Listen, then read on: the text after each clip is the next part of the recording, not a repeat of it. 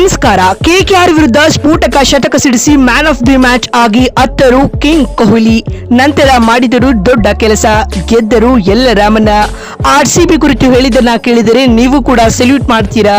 ಹಾಗಾದ್ರೆ ಸುದ್ದಿಯ ಕಂಪ್ಲೀಟ್ ಮಾಹಿತಿ ಏನು? ಅಷ್ಟಕ್ಕೂ ಕೋಲ್ಕತ್ತಾ ವಿರುದ್ಧ ಆರ್ಸಿಬಿ ಗೆದ್ದ ಬಳಿಕ ವಿರಾಟ್ ಹೇಳಿದ್ದೇನು ಗೊತ್ತಾ? ಬನ್ನಿ ಇದರೆಲ್ಲದರ ಬಗ್ಗೆ ಇನ್ ಡೆಪ್ತ್ ಆಗಿ ತಿಳಿಸ್ಕೊಡ್ತಾ ಹೋಗ್ತೀನಿ, ಕೊನೆವರೆಗೂ ನೋಡಿ.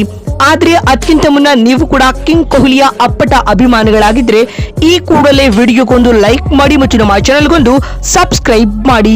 ಹೌದು, ನಿನ್ನೆ ರಾಯ್ಪುರದ ರಣಾಂಗಣದಲ್ಲಿ ನಡೆದಿದ್ದು ವಿರಾಟ್ ಕೊಹ್ಲಿಯ ವೀರಾವೇಶದ ಆಟ.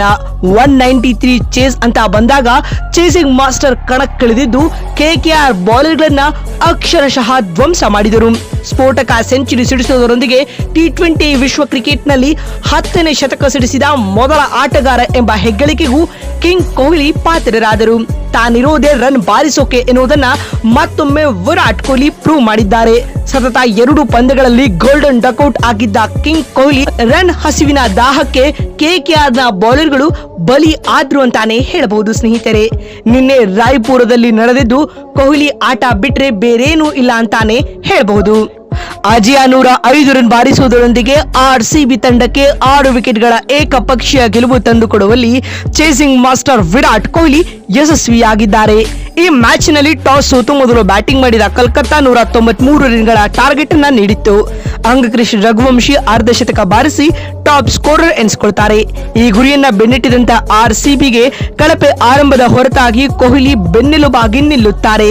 ಚೇಸಿಂಗ್ ಅನ್ನ ಸಂಪೂರ್ಣವಾಗಿ ಕಂಟ್ರೋಲ್ ತೆಗೆದುಕೊಂಡ ವಿರಾಟ್ ಕೊಹ್ಲಿ 58 ಎಸೆತಗಳಲ್ಲೇ ತಮ್ಮ IPL ವೃತ್ತಿ ಬದುಕಿನ 9ನೇ ಸೆಂಚುರಿಯನ್ನ ಪೂರ್ಣ ಮಾಡ್ತಾರೆ. ಇದರೊಂದಿಗೆ ಆರ್ಸಿಬಿ ಈ ಮ್ಯಾಚ್ ನಲ್ಲಿ 6 ವಿಕೆಟ್ಗಳ ವಿಕ್ಟರಿ ಪಡೆದುಕೊಂಡಿದೆ.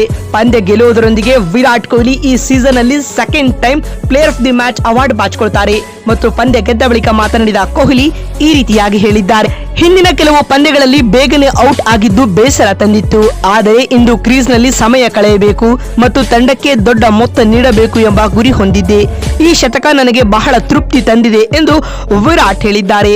ಮಾತು ಮುಂದುವರಿಸಿದ ಅವರು, ಆರ್ಸಿಬಿ ಪ್ಲೇ ಆಫ್ ಹಂತಕ್ಕೆ ತಲುಪಲು ಈ ಗೆಲುವು ಬಹಳ ಮುಖ್ಯವಾಗಿತ್ತು.